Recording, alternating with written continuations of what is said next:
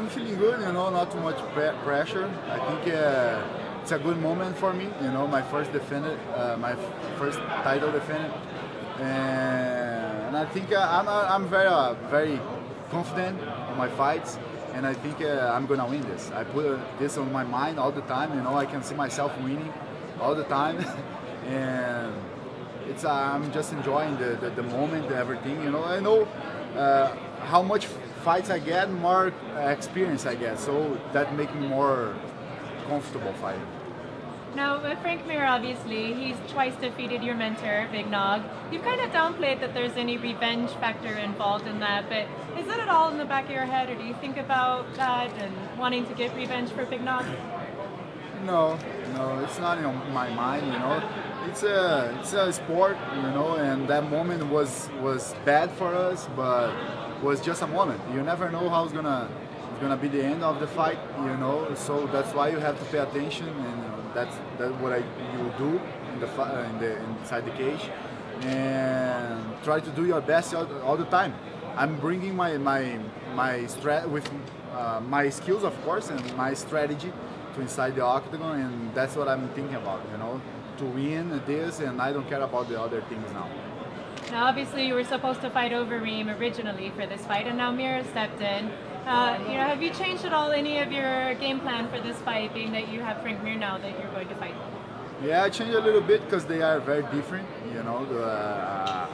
Alistar Overeem likes to strike, and Frank Mir is southpaw and black belt jiu-jitsu.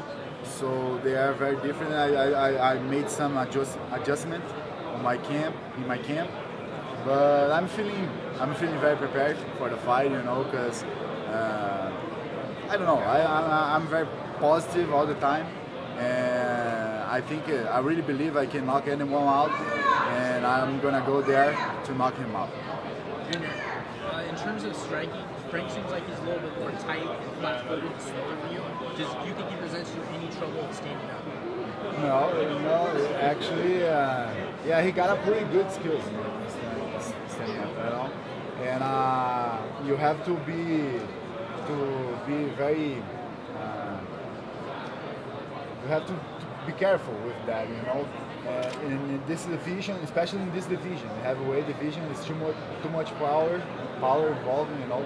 So when you got punched in the face, it's not good. So I want to punch him without get punched by him, you know. And that's my main strategy, you know. And when I knock him out, you know, I'll be looking for that the whole fight. Frank has said that you avoid the ground like poison in the UFC prime times, and then you also said that his jiu-jitsu was average. Is this just talk that you need to have for your mental state going into this fight? What means average? Mediano, assim, mediano. Jiu-jitsu é mediano? Não, que você falou que o jiu-jitsu do Frank Mir é bom, mas não é nada fora do meio. Yeah, actually, I think it. E se isso é uma coisa que você fala apenas para se colocar no lugar correto mentalmente antes da luta? Yeah, I think no, he's good. He's already proved he's very good on the ground, you know. But what I put in my mind is I'm better than him, you know. That's what I have to think. That's what I like to think. That's what I'm gonna be thinking the day of the fight, and all time to be confident, you know, to win this. But I don't care about what people say or you know, it's when you talk a lot, you just talk, you know. I prefer to let my fists talk for me. When my fists talk for me, everybody understands. They are this language, everybody can understand me. I know it takes a lot of demand and time for you being the champ. Does that affect any of your training, or have you adapted? What? Eu sei que leva muito tempo você sendo campeão, tempo de imprensa e outras coisas. E isso afeta o seu treinamento, o seu campo, ou você conseguiu se adaptar? Well, I think it's a little bit, you know, it's taking my time a lot, but I try to do everything that I can, you know, the media stuff and all the people trying to get pictures and autographs and things like that, you know. But it's very different when you are champion. It's very different. But I think it's part of the job, and I think I'm doing a good job with that. But I did a very good camp, and that's why I'm so confident. You know, I'm very confident now for the fight because I think I'm very prepared for the fight. So that's make me confident. You know, like you're a big star here in America and also in Brazil. How has your life changed after you won that title belt? Yeah, my life changed a lot when I become champion because, you know, I think when you are fighting, like all the fighters, UFC fighters, they want to be the champion one day, and that was my dream, and now I'm the champion. So when you got, now I want to hold this belt for a long, long time, and to keep living these good things that are happening in my life, you know. My life changed, I changed the life of my family, and I want to keep the things going like that for, I don't know, a long time. Do you think you contributed a little bit of growing the sport in Brazil? I know that you mentioned that it was like the second sport now in Brazil, right, versus soccer. Do you think you had a little bit of a push being the champ? Yeah, I think so. You know, yeah, the sport is very, is living a very good moment in Brazil now, you know. We are very famous. People recognize us in the streets a lot, you know. We are doing TV shows all the time. I think it's very good, you know. It's very good for us because when it's good for us and for the sport, because when people know what is happening inside the octagon, they for sure like of the sport. They like the sport, you know. So it's make me happy, you know, to be at this point of my career and live at this moment with the whole MMA. What advice, if any, has Big Nog given you about Frank Mir coming into this fight? Any what? Advice? Like your tips from being able to fight him? Yeah, he gave me some advice. He always do that, you know. And he's a good person. He's living in Rio de Janeiro, and I did my camp in Salvador, so it's different, you know. And he was injured, so he couldn't help me for this camp. But all the time he gave me good advice, and for this fight he gave me good ones. I will try to use that. What's been the coolest thing since being the champ that you wouldn't get to do otherwise? You've been traveling all over the world promoting the UFC. What's the funnest thing you've got to do since becoming the champion?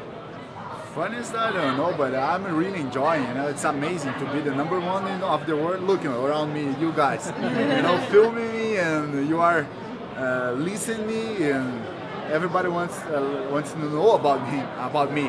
You know, that's very important for me. Make me feel more motivated to keep the things like that, you know. And is being the champ what you thought it would be? Has it lived up to your expectations of being the champion? What you dreamed it to be? Is it the same? Is it totally different? Yeah, it's something like I used to think about, you know. But I don't use to think about the future, you know. I just bring my life, like I just live the moments. And now I'm living an amazing moment in my life, and that's make me happy because I can see my family happy, and I can see all the people around me happy. So it's make me proud of myself, and I'm happy too. It's amazing to be at this point in my career. It's amazing for me because I'm the #1 heavyweight in the world, and it's wow, it's huge, you know. I like to say that.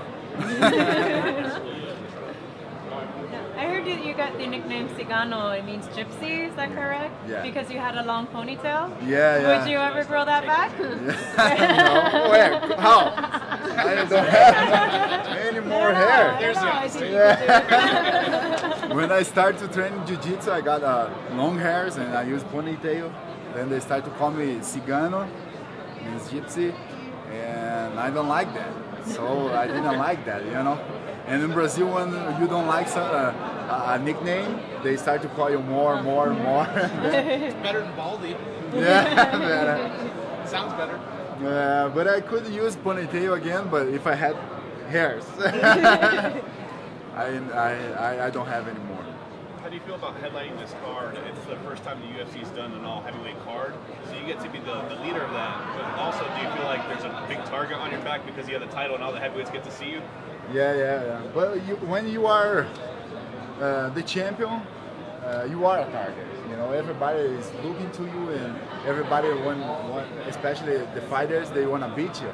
You know, and but I don't care about that. You know, it's part of the game, and I think it's gonna be this event, the UFC 146, is gonna be a very good event for the heavyweight division. For the first time, all the main card is heavyweight. So after this, I think the UFC wants to put all the heavyweight fighting together, because when they wants to put another fight, they're gonna be the same time stop, you know. So I think that's why they put all the heavyweights together.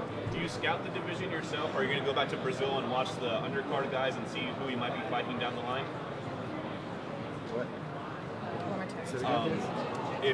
Do you scout? Are you going to go back to Brazil and watch these guys who are fighting on the undercard to see who you might fight down the road? Você, quando chegar de volta no Brasil, vai procurar assistir a luta e assistir ao undercard para procurar saber e entender sobre os oponentes que possivelmente você vai enfrentar lá para frente? Yeah, for sure, because I always watch all the fights, you know, especially the heavyweights. I pay attention how the fighters are fighting, you know, and their skills and things like that, what's happening with my division, you know. I like to pay attention to that because I don't want to be surprised one day, you know, and I take care of that. Are you looking for the next Junior Dos Santos? No, I'm looking for like something different, you know. When you like, I think Velasquez he has something different, you know. He's for the heavyweights, because he's fast, he's good, he got good stand-up skills, good ground skills.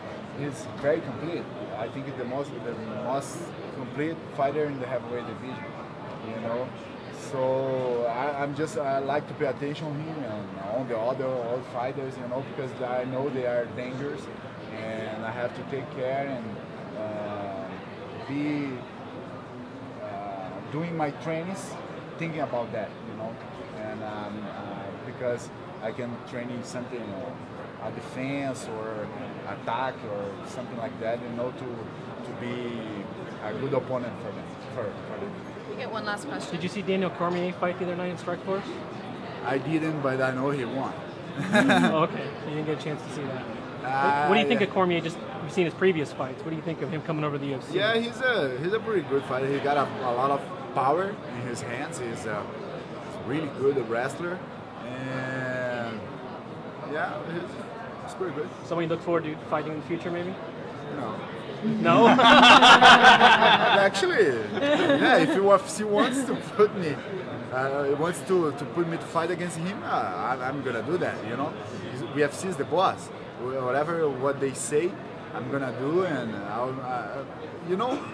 I don't choose opponents, and I don't care who is gonna be my next opponent or thing like that. When UFC says something like you're gonna fight against that guy, I will be watching his fights and study his game to beat him. You know, that's it. Doesn't mean you got to be excited for it. What? It doesn't mean you have to be excited for it. Yeah, of course. Hey guys, thank you.